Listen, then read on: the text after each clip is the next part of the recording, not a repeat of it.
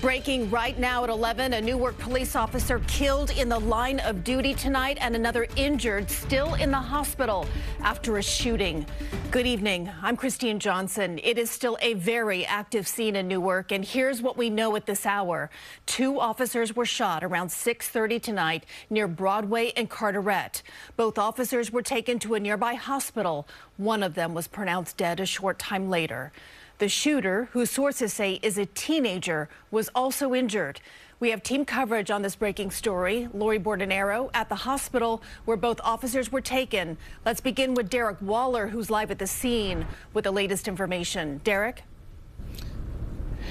And Christine, as you just mentioned, law enforcement sources tell our Christine Sloan that the suspect accused of shooting and killing that police officer tonight is a teenager and is alive and in custody. We also just got word from the New Jersey State PBA that the second officer who was shot tonight is in critical condition at the hospital. This all happened right behind me, past that police tape.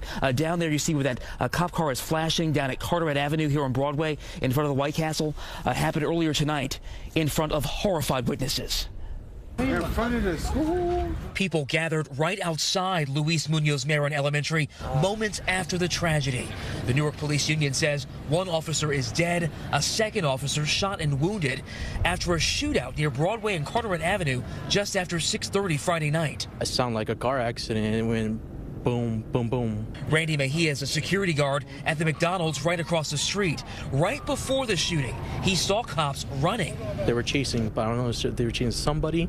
I saw maybe 4 cops on the way down toward the street. Were they chasing like in a vehicle, or were they running down the street? They were running down the street.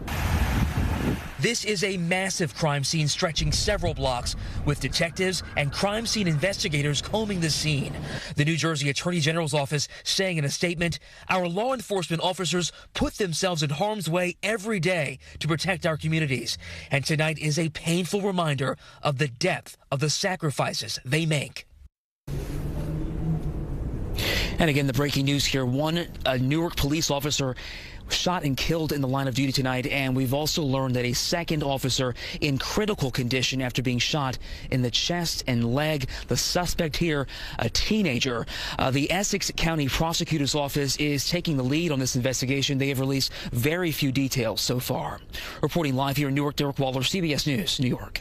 All right, Derek, thank you for that update from Newark. Right after this shooting, those officers were rushed to the hospital. Lori Bordenero continues our team coverage now from Newark.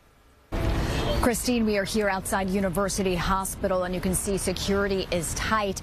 2 police officers have been stationed outside the entrance to this trauma center all evening. Police officers from neighboring communities have been showing up, many gathering outside the hospital, hugging one another. We are also told Governor Murphy was inside the hospital. He is calling this a rapidly developing situation and asking for prayers for these officers, their families, and all our men and women in uniform who put their lives on the line to keep us safe. We did speak briefly with a man who says he is the uncle of the officer who died. He was distraught and says he still doesn't have a lot of information. I don't know what happened. I work in a store. I don't know what happened. Somebody calling me, but I don't know what happened. Yes. Pay my life. I don't know. I don't know nothing more. Again, a lot of police officers still coming and going from the hospital. This a very somber night for this police department and for the community. In Newark, Lori Bordenero, CBS News, New York. And our morning show team will have much more on this breaking news story tomorrow, beginning at 6 a.m. You can also get updates anytime on our website, cbsnewyork.com.